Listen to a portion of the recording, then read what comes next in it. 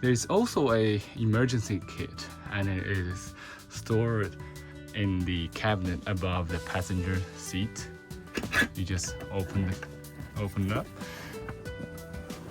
It's this guy right here, and it can be used as air pump and also jump starter. You can use a jump starter or the air pump.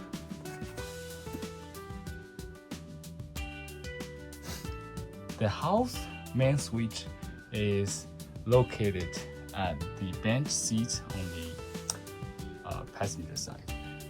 It's this switch.